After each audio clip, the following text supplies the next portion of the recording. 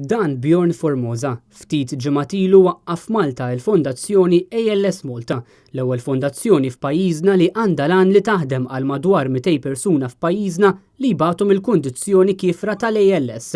Ma' Net News, Bjorn li wkoll ibati mill-kundizzjoni ALS jispjega għaliex inħass il-bżonn li titwaqqaf din il-fondazzjoni. L-idea tal-fondazzjoni kienet li nipprovdu vettur li jista' jkun ta' support għal dak kollha li tisofru minn din il-kondizzjoni. Għan ieħor huwa li noffru apparat u teknoloġija meta il-pazjenti jiġu f'kondizzjoni li forsi ma jkun jistgħu jagħmlu xejn bil-fondi li jinġabru u kemm jista' jkun immexxu l qudiem ukoll ir-riċerka biex forsi xi darba tinstab kura għal din il-marda qerrieda. Il-kundizzjoni tal-ALS toqtol il-ġisem bil-mod il-mod, in-nervituri kollha jieqfu jaħdmu bil-mod u fl-aħħar imutu wkoll il-muskoli tar-respirazzjoni. Persuna bl-ALS tispiċċa f'sitwazzjoni fejn ma tkunx tista' tieħu aktar nifs.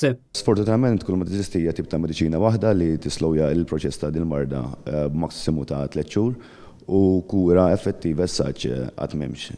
Proċess ta' riċerka li ovvjament dan huwa l-ideja ta' varjattivitajiet fostom anki l-Ice Bucket Challenge biex kemm jista' jkun tinstab kura u rimedju għal din marda mill-iktar fis possibbli. Ftit jemilu Bjorn organizza l-ewwel Ice Bucket Challenge għal dan is-sajf bilan li l-Fondazzjoni ALS Malta tibda tilqa' l-ewwel fondi biex tkun tista' tibda tgħin lil min f'pajjiżna ibati minn din il-kundizzjoni.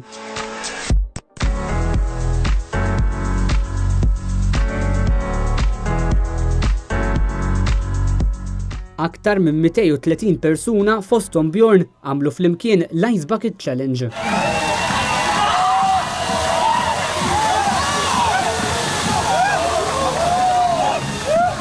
L-Ice Bucket Challenge kienet ġiet imnedija s-sena li għaddiet, kienet ovvjament suċċess virali fuq il-media, social media, eccetera.